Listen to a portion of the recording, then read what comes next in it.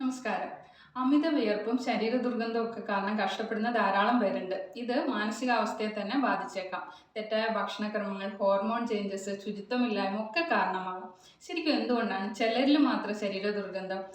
Actually ഈ വിയർപ്പിന് തനിച്ചൊരു മണമില്ല. എന്നാൽ ഈ ചർമ്മത്തിൻ്റെ ബാക്ടീരിയ വിയർപ്പുമായിട്ട് കലരുമ്പോൾ ദുർഗന്ധത്തിന് കാരണമാകുന്നു. കഴിക്കുന്ന ഭക്ഷണങ്ങൾ, ഹോർമോൺസ്, അതുപോലെ മരുന്നുകളൊക്കെ ശരീര ദുർഗന്ധത്തെ ബാധിക്കും.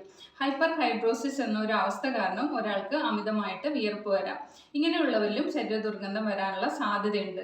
മറ്റു കാരണങ്ങൾ നോക്കുവാണെങ്കിൽ വ്യായാമശേഷം സ്ട്രെസ്സ്, ആൻസൈറ്റി, ചൂടുള്ള കാലാവസ്ഥ, അമിതഭാരം, ചിലർക്ക് ജനിതകപരമായിട്ട് പാരമ്പര്യമായിട്ട് ഇങ്ങനെ ഉണ്ടാവാറുണ്ട്. കൂടാതെ ഈ പ്രമേഹം, സന്ധിവാതം, ഓവർ ആക്റ്റീവ് തൈറോയിഡ്, കരൾ രോഗം, വൃക്കരോഗം, പകർച്ചവ്യാധികൾ പോലെയുള്ള രോഗാവസ്ഥകളിലും ഇങ്ങനെ ശരീര ദുർഗന്ധം ഉണ്ടാവാറുണ്ട്. ആർത്തവ വിരാമ സമയത്തും ഇങ്ങനെ വരാം. പ്രമേഹമൊക്കെ ഉള്ളവരിൽ കീറ്റോ അസിഡോസിസിൻ്റെ ലക്ഷണമായിട്ടും ഇങ്ങനെ ഒരു ബാഡ് സ്മെല്ലൊക്കെ വരാം.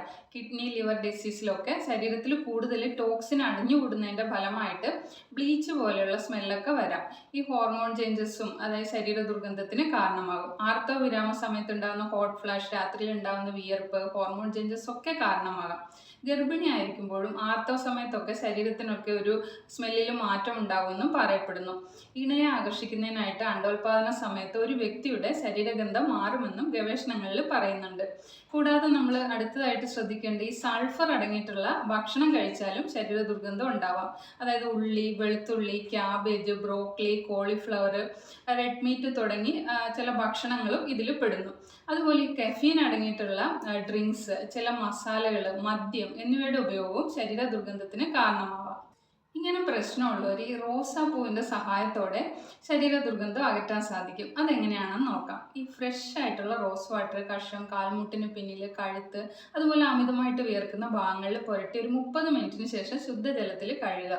റോസാപ്പൂവിൻ്റെ ഇതളുകൾ വെള്ളത്തിലിട്ട് തിളപ്പിച്ച് തണുപ്പിച്ച് ആ വെള്ളത്തിൽ കുളിക്കുന്നതും ശരീര ദുർഗന്ധം അകറ്റും. കൂടാതെ ശരീരത്തിൻ്റെ ക്ഷീണമൊക്കെ മാറി നല്ല ഉന്മേഷമൊക്കെ ലഭിക്കും. റോസ് ഓയിൽ നല്ലതാണ്. അതായത് ഉണക്കിയ റോസ് ഇതളുകൾ പൊടിച്ച് വെളിച്ചെണ്ണയും ചേർത്ത് കാച്ചി അരിച്ചെടുക്കുന്നതാണ് റോസ് ഓയിൽ. അമിത വിയർപ്പുള്ളിടത്തൊക്കെ ഇത് പുരട്ടുന്നതും ഗുണം ലഭിക്കും. റോസാപ്പൂവിൻ്റെ ഇതളുകൾ പൊടിച്ച് ആ പൊടി പേസ്റ്റ് പോലെയാക്കി പുരട്ടുന്നതും നല്ലതാണ്. അമിത വിയർപ്പും ശരീര ദുർഗന്ധവും ഒക്കെ ഉള്ളവർ ഇവയിൽ ഏതെങ്കിലും ഒക്കെ ഒന്ന് ചെയ്യാനായിട്ട് ശ്രമിക്കുക.